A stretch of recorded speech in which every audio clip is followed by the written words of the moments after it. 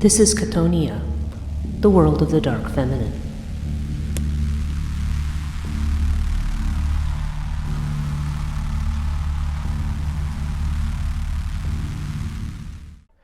Hello and welcome to Chthonia, the podcast dealing with the dark feminine. I'm your host, Breege Burke. If I sound a little bit huskier today, it's because I'm very late with this podcast this week because I've had a cold, a sinus infection on top of a cold, which I've not had anything like that probably since, I was trying to think back, maybe 2009. So, yeah, this has not been a great week in terms of being able to use my voice. Hasn't held me back from too many other things, but, it's been a rather sick week. So, in a quite literal sense. So it's interesting that we're going to be talking today about a goddess that has to do, at least in part with disease. Although she also has more to do with, child death and the stealing of children. And our topic for this week is the Babylonian goddess known as Lamashtu. Now, there's quite a bit to be said about Lamashtu. I'm going to give you some description of her. There's a few variations of the description, but there's one basic one that I'm going to go with. And also oftentimes she's referred to as a female demon, but that really isn't entirely correct. If you're thinking about the idea of demons coming from, say, the underworld or from the Chtonic realm, and and goddesses and so forth coming from a more celestial realm, we tend to create these kind of categorizations, and Lamashtu kind of skirts these a little, in a way that we're going to see. Okay, so as part of the discussion, I want to talk about her. I want to talk a little bit about her mythology, because it's not so much that there is a single mythical narrative about Lamashtu. It's more folkloric, and as we'll see, she's going to have more in common with figures like the Lamia or Mormo or Gello, these child-stealing female entities, monstrous female entities, and their entire idea, their whole entire role centers around taking of children. And, in this case, ripping the unborn out of the body, it's a really quite horrific.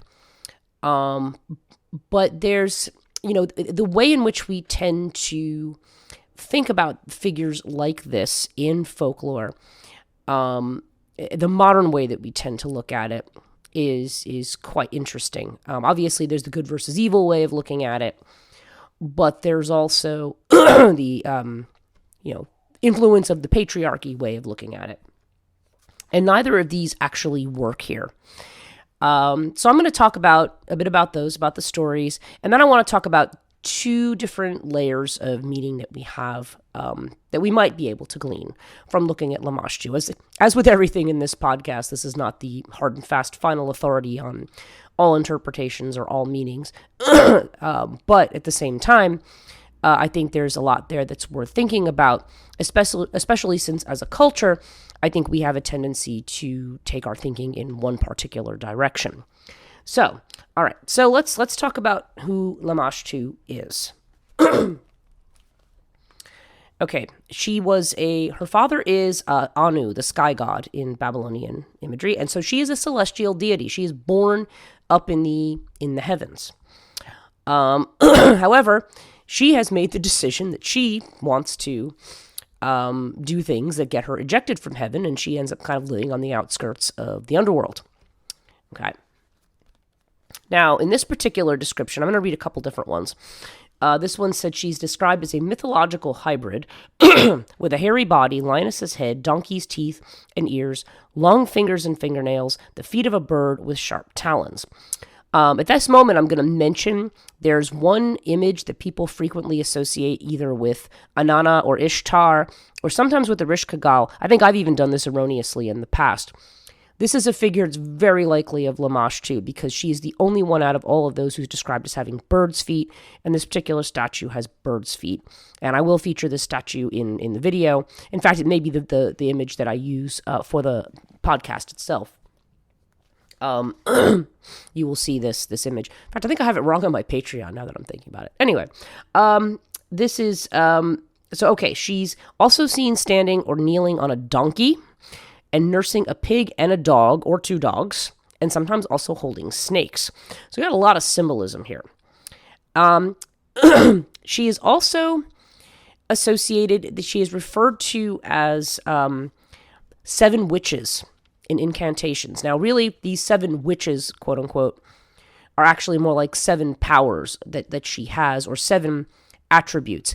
If you study ancient texts, there's a frequent use, especially among traditions that, like, a lot of these are written down in cuneiform tablets, but where there's an oral tradition, and most of these places had one, there would be an epithet, because an epithet would be a memory device, but it's also something that described the qualities of that particular being. So we do have these 7 attributes. One which is Dime, which was a name given to her, although again I've heard there's some other translations of that might be more accurate, but that's one of the names that's taken. The second one's the daughter of Anu. The third is, and again, I'm not giving you the Babylonian for these because I've not been given that in this particular set, but it's fine. We just really need to know what they mean. Daughter of Anu, named by the gods. Victory, heroine among ladies. Lamashtu the exalted, the Caesar of the Asaku, and the south wind. Okay. Okay. So now this is interesting for a deity that is so malevolent. We see her as listed as being exalted, named by the gods. She is, this is not, we're not looking at the idea. We're looking at a very malevolent deity that has very, very high celestial credentials, shall we say. Now, it's mentioned here, this was somebody who commented a bit about this. She said, Victory is Caesar of the Asaku and the south winds. These are supposed to be her functions. Now, south wind, in this case, has a lot to do with disease. What we see frequently, the heat of the south wind, like certainly in Hinduism, the south is associated with Yama, Lord of the Dead. So there seems to be this kind of, even though I believe the underworld was more of a place in the west, there's a lot about the south with the position of the noonday sun that also can be considered very malevolent. It's like we think, for example, of the mythology of Sekhmet, who is a representation of the noonday sun. That image, because we know that if the sun shines too hot for too long, not only does your skin burn and do you burn up and become dehydrated, and perhaps there's drought and famine, but yeah, there's fire, there's destruction that can come from a sun that is relentless. Okay, so so she has these particular functions.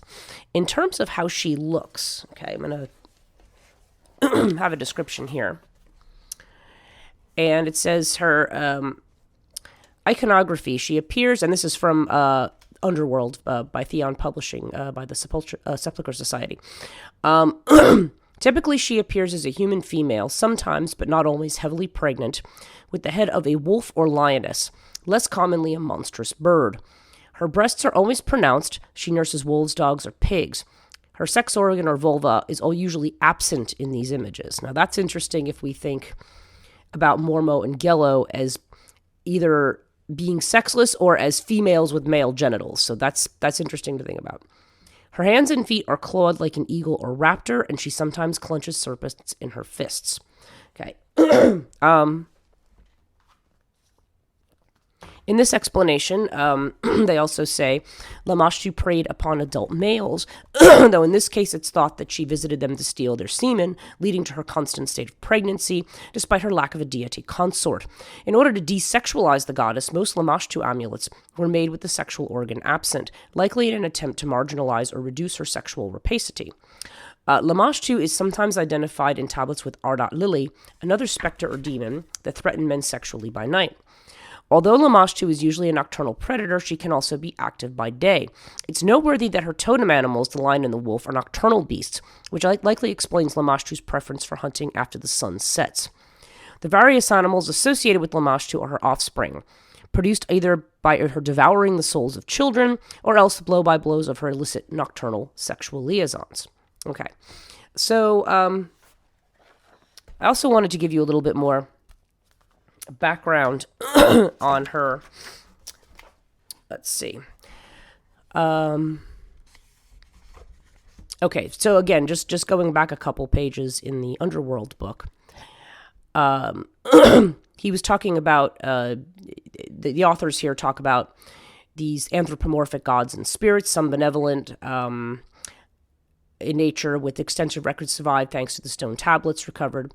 Babylonian religion records an impressive list of exorcism rituals and counter-magical rites, largely directed at protecting an individual or house from malevolent spirits of the dead. The Lilu or incubus or lilitu, succubus for example, were not demons, but rather hungry ghosts of the young adults who died before marriage and returned to plague the living. These hungry ghosts were later subsumed into the mythology of another figure, which became the Lilith demon of Judaism. Babylonian religion, however, did have magical rites to protect against demons.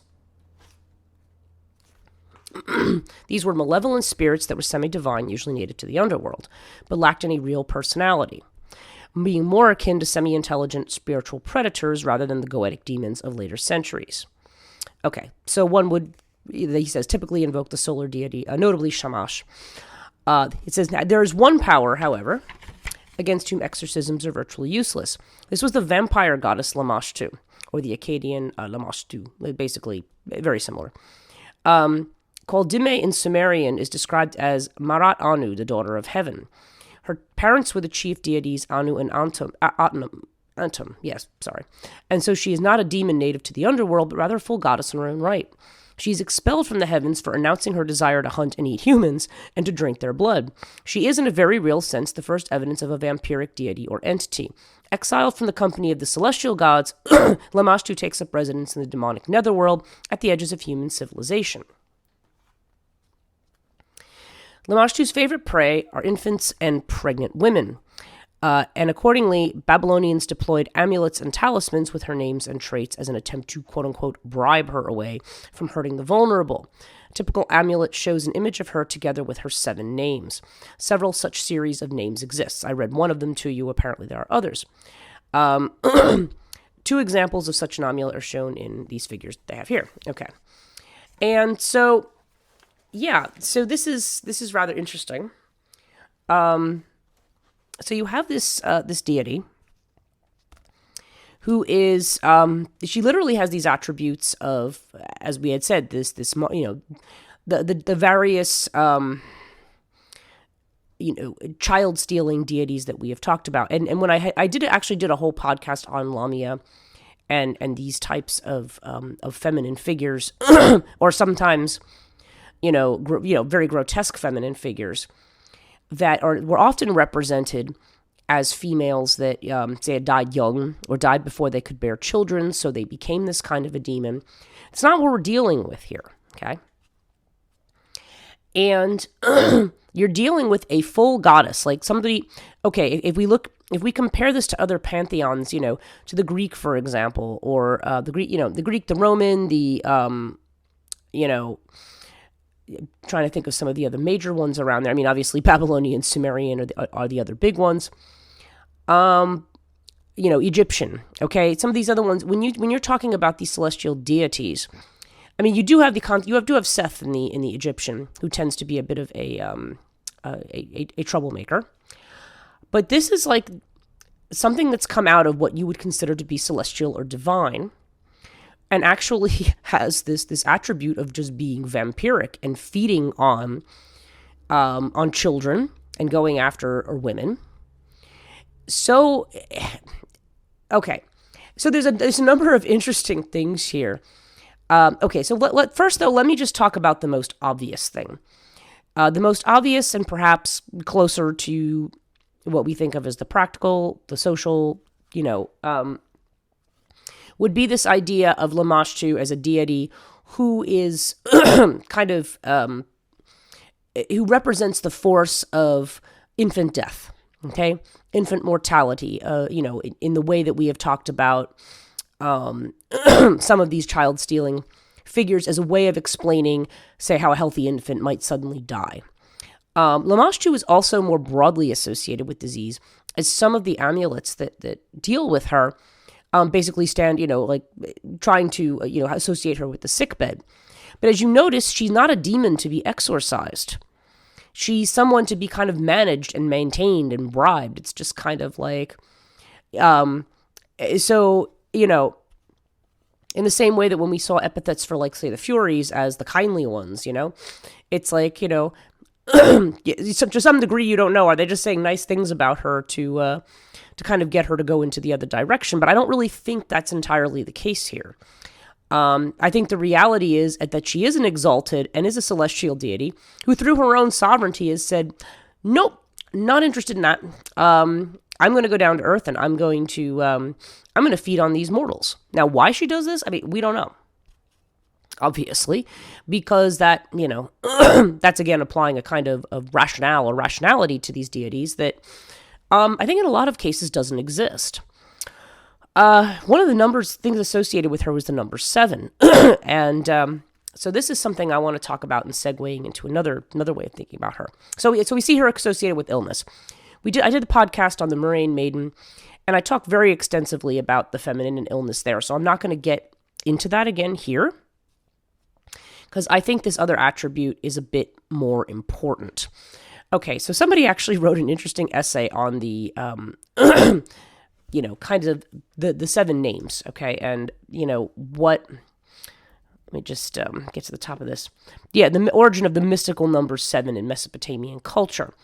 And this is a math student who assumed that what might be going on here is that saying that the Babylonians had a sexagesimal number system, which is based on like 60, okay?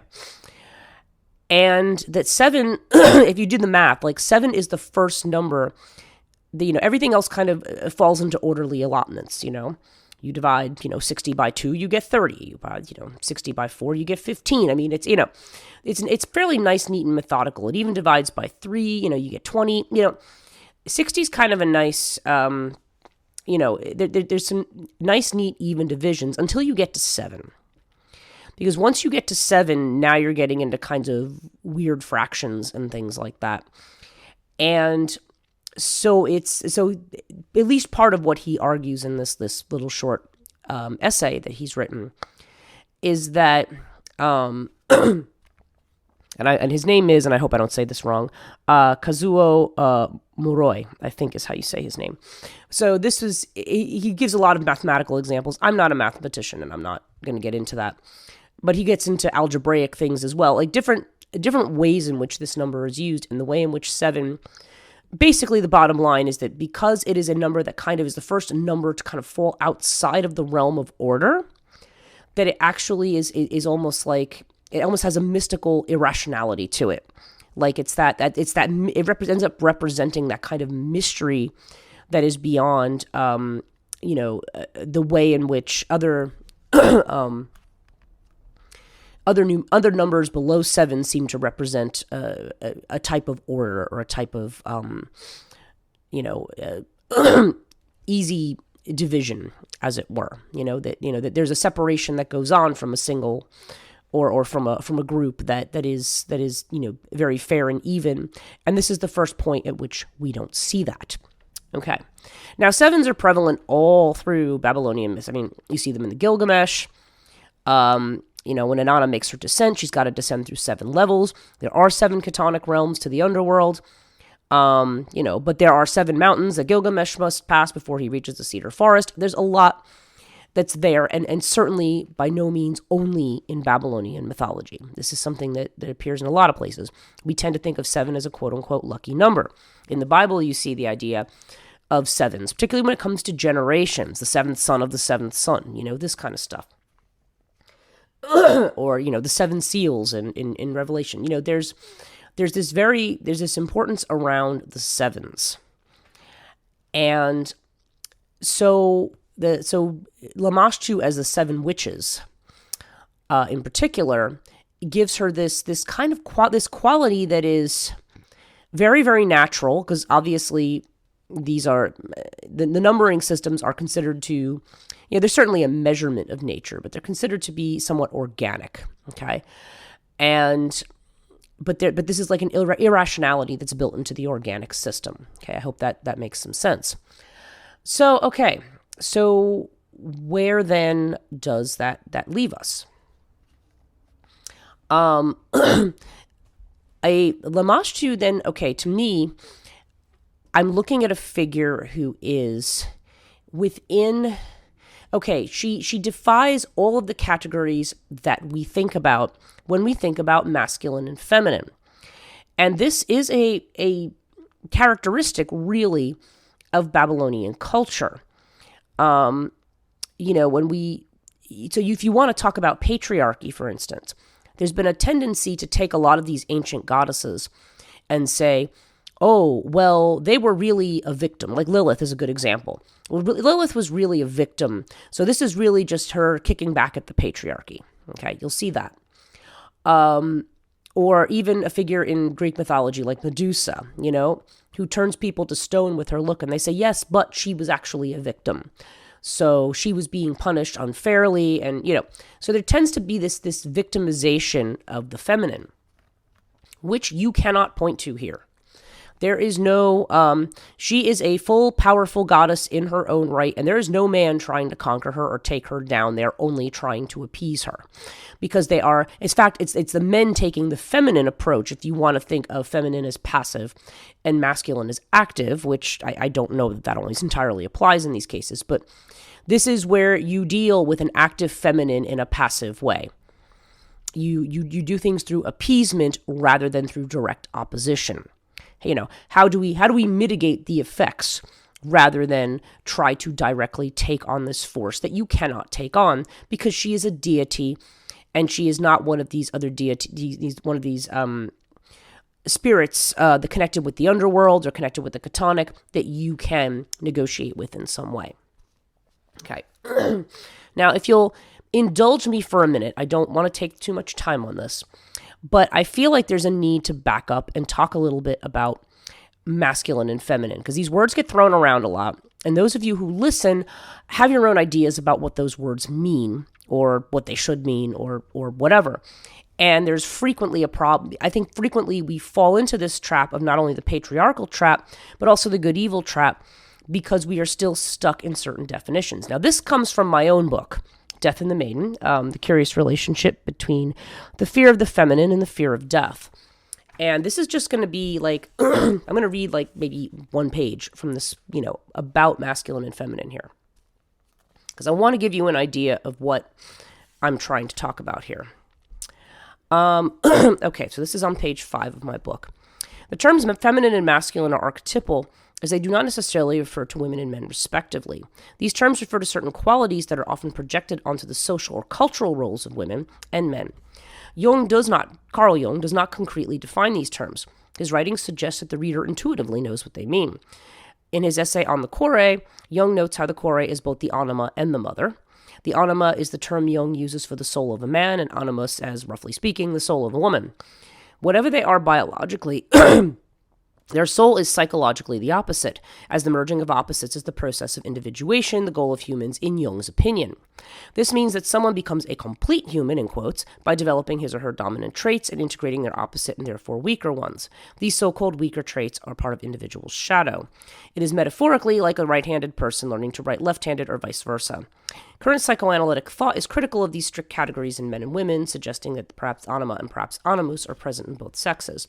I'm also going to add that James Hillman's also very critical of this in his idea of the, things that have to be complementary, in the sense that, well, if one thing is present, then the opposite must be present in a compensatory way, which he completely disagrees with, especially when it comes to the underworld. But we'll get back to that.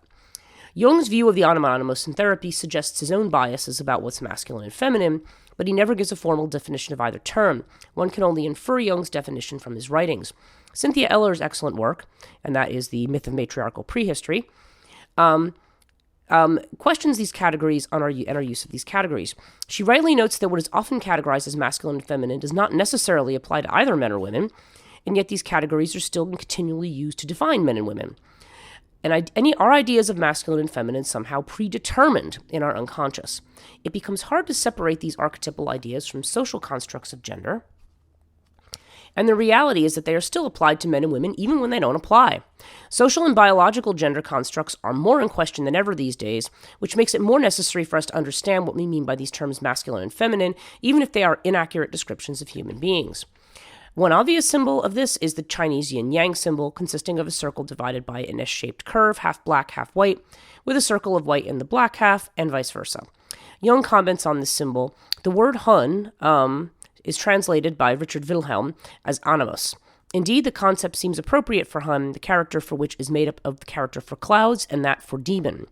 Thus, Hun means cloud demon, a higher breath soul belonging to the Yang principle and therefore masculine.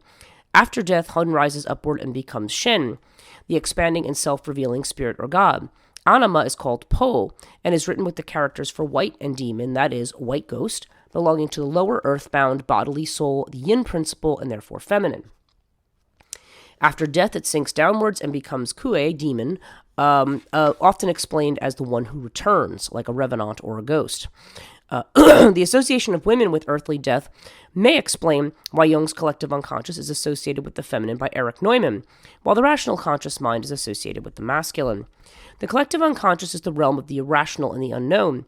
Psychological interpretations of the quote-unquote hero's journey involve a descent into the underworld, interpreted as a psychological metaphor for getting in touch not only with what is unconscious, but with that quote-unquote treasure that has relevance for humanity as a whole, not just the individual.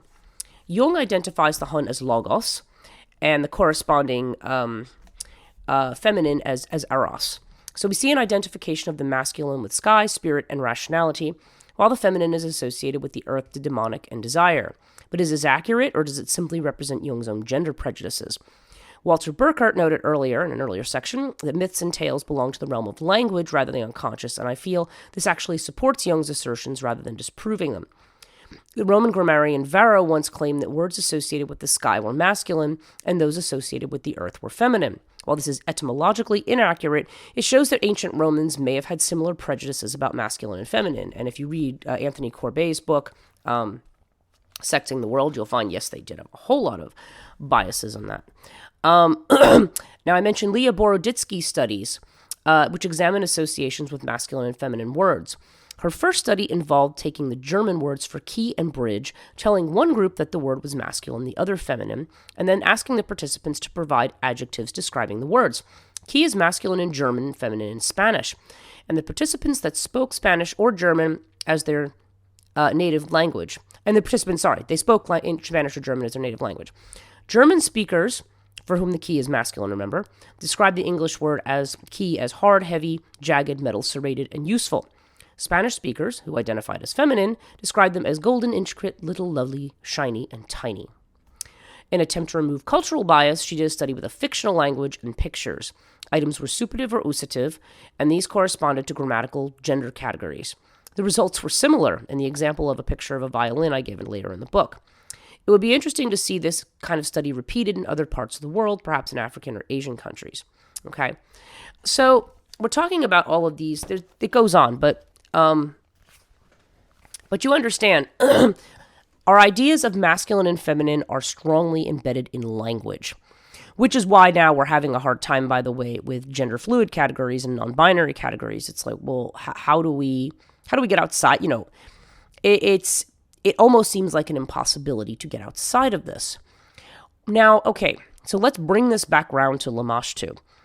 I'm looking at this story and I'm saying, okay, so first of all, if we're going to do the sky-earth categorization, which is one that I believe definitely dominates Western culture. Okay, so you have a celestial deity who chooses to be vampiric, to feed on humans, and to hang out at the gates of the underworld. Of course, the celestial tends to be the realm of ethics too, so they're just kind of like, yeah, no, we don't find that acceptable. So she's like, okay. So she goes off and she does her own thing. But she's to be appeased. She's not she's not considered to be an evil, just considered to be a force, a dangerous force to be reckoned with. Okay, now that's another interesting thing. One thing to think about when it comes to Babylonian deities, it was a writer in Roman times called Ctesias, Ctesias, I believe is how you spell it, and he's written a history of Persia. Okay, because apparently he was during probably the reigns of like Alexander the Great and some of the wars that went on. He had actually been, I think, imprisoned in Persia for a period of time. And so he wrote this history. Now, like most histories from that time period, you have to take them with a serious grain of salt. But what was interesting to me when I read that for my dissertation was that and I don't have the book in front of me, by the way, so I can't quote, but he talks about the Babylonian queens, and not only how they are fierce warriors and fierce fighters, sometimes better than the men, but also that they would frequently take, hot young warriors, bring them to their thing, have sex with them, and then kill them. I mean, this was like a thing. It's just really weird. And this is not about, so we're not, whatever else you might want to say about that culture, you're not talking about a male-dominated culture. I mean, there were other accounts he had. There was one ruler who had dressed up as a woman, and so they all kind of like picked at him and said he wasn't man enough and stuff like that. So it's not that those ideas didn't necessarily exist, or whether Ctesias imposed those onto there, but it was very clear that there's this classification of feminine as both warlike and potentially dangerous and without ethics. Something that you can only sidestep, not something that you can get rid of or exorcise. Okay, and not a female who is a victim in any shape. Now, and when I say that, I don't mean that in the sense of, because again, we default to two ways of thinking about it. We either think of it as good versus evil. Is this a good being or a bad being? Are their actions good or bad? Does that make them evil or whatever? The result on humans is considered to be bad. She tends to be this kind of embodiment of illness or sudden death among children.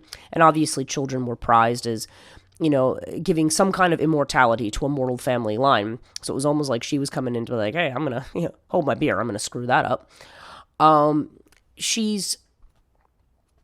has this, but you can't drop her into any of those classifications, including the ones that I use. You can't really do that, which leads me to wonder about our categories of masculine and feminine, which again, I feel these are the ones that we have been entrenched in for a very long time, but it does make me wonder if those were the original categorizations.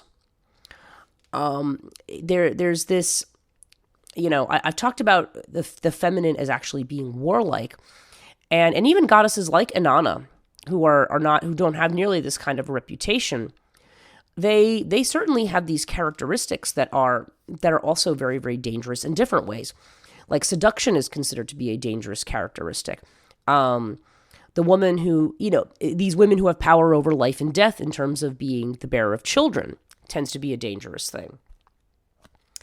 And the fact, by the way, that miscarriage is a perfectly normal thing that happens may also be represented by this in this way. Like this is this divine thing that's that has chosen to manifest, unfortunately, in this fashion. At least according potentially to that way of thinking.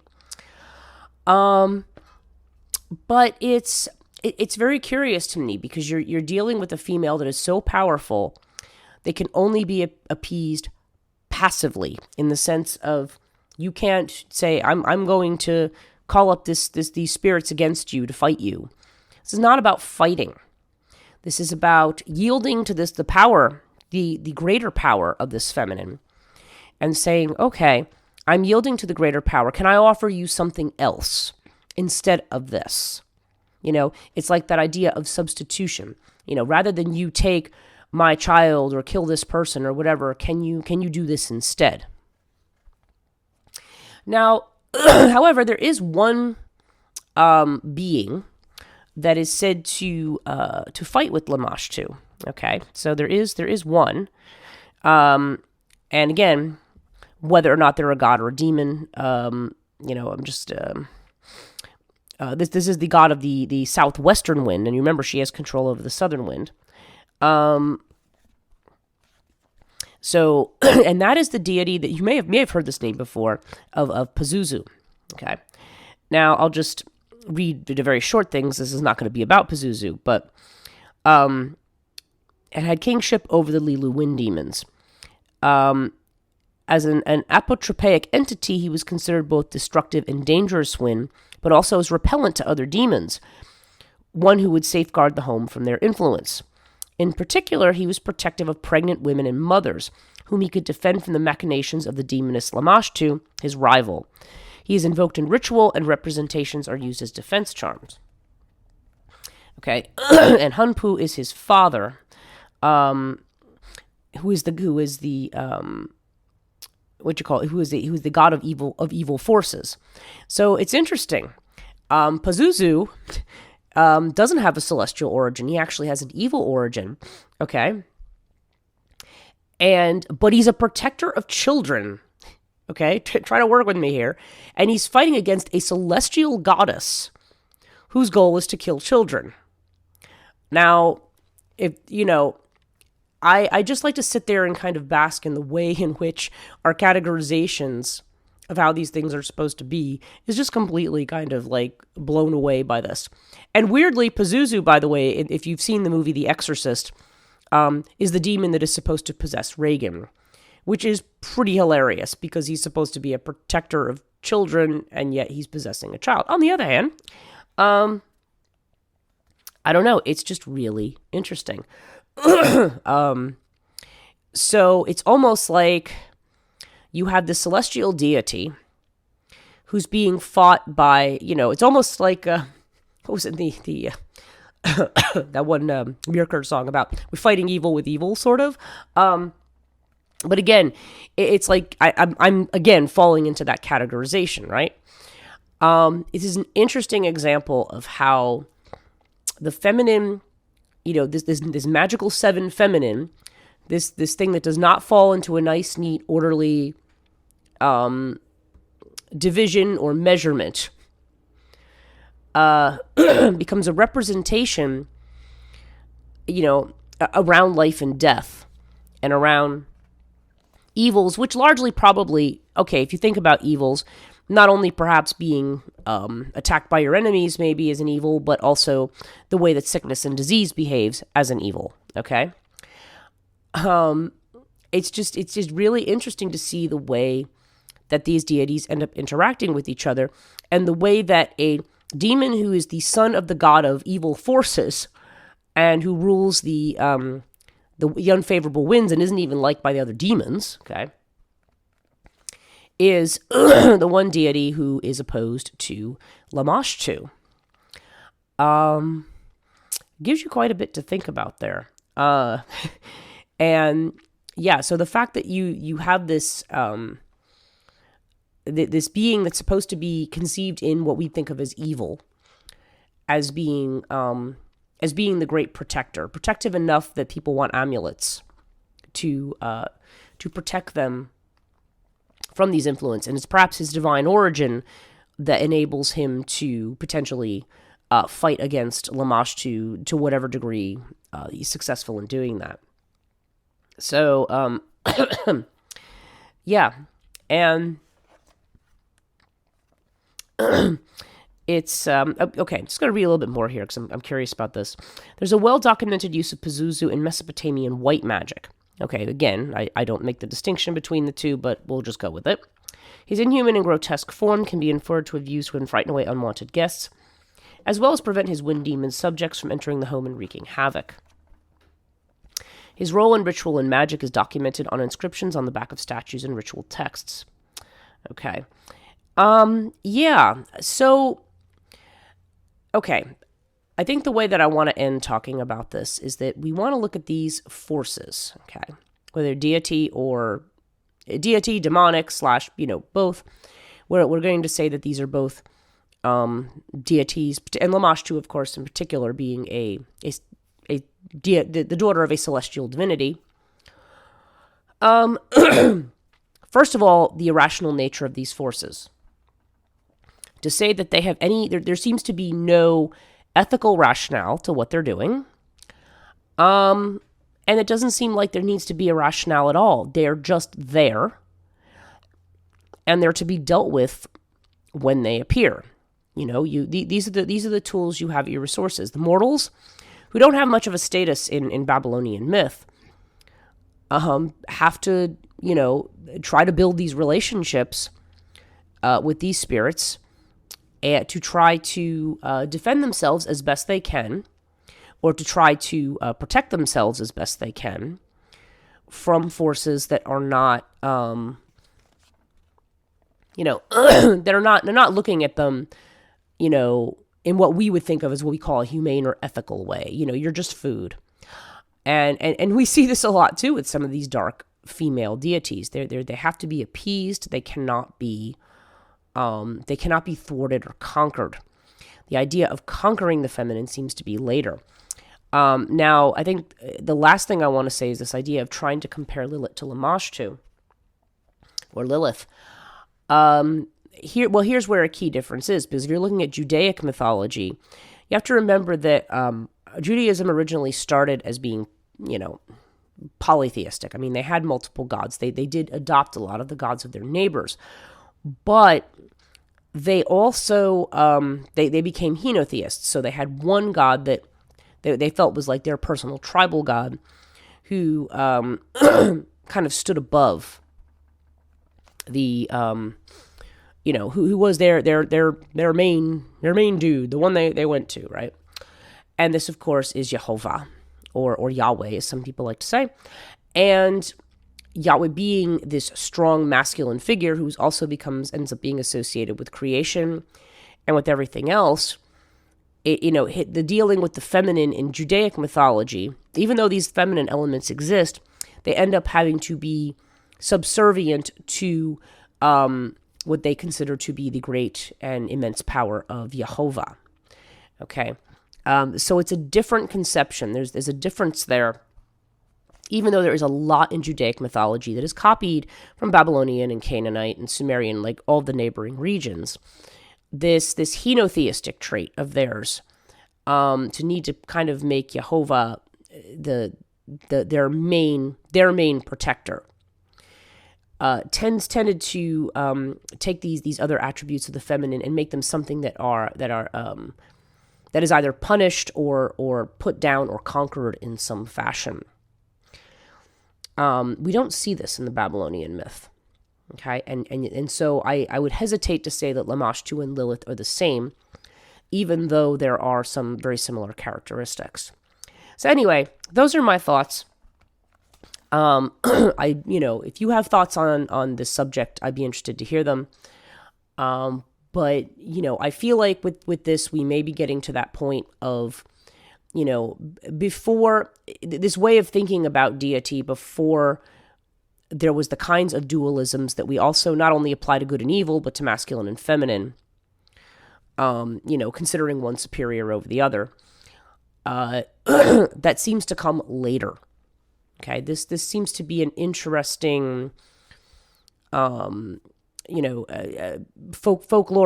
and mythological setup that doesn't treat the feminine, or even necessarily what one thinks of as evil, in the same way that you would expect. Okay, it's very it's quite different. So, I want to thank you very much for listening. I'm going to be revamping Patreon this month. I will have more to say about that. I don't want to say too much here because I would rather just have the announcement that I can roll out to people, but I'm still waiting to get some feedback before I do that. Consider, if you are interested in this work, in patreon.com/Chthonia, if you would like to be a supporter, there are going to be more benefits now to being a Chthonia subscriber. My website is chthonia.net. Get updated with the podcast regularly. I do need to update it with newer work and stuff that I'm doing, but that is sort of the collection of everything that I've been working on. There is, and then also on social media, I'm Chthonia Podcast. 2 words on Facebook, 1 word on Twitter and Instagram. And if you're not watching this on YouTube, I have a YouTube channel called Chthonia. So that's all for me. Thanks so much for listening. Thank you so much for my devoted patrons. I've been a bit disorganized lately, and I'm very, very grateful for those of you who have hung in there. and even those of you who may have dropped out and, maybe, for whatever reasons. I want to thank everybody again, and until the next episode.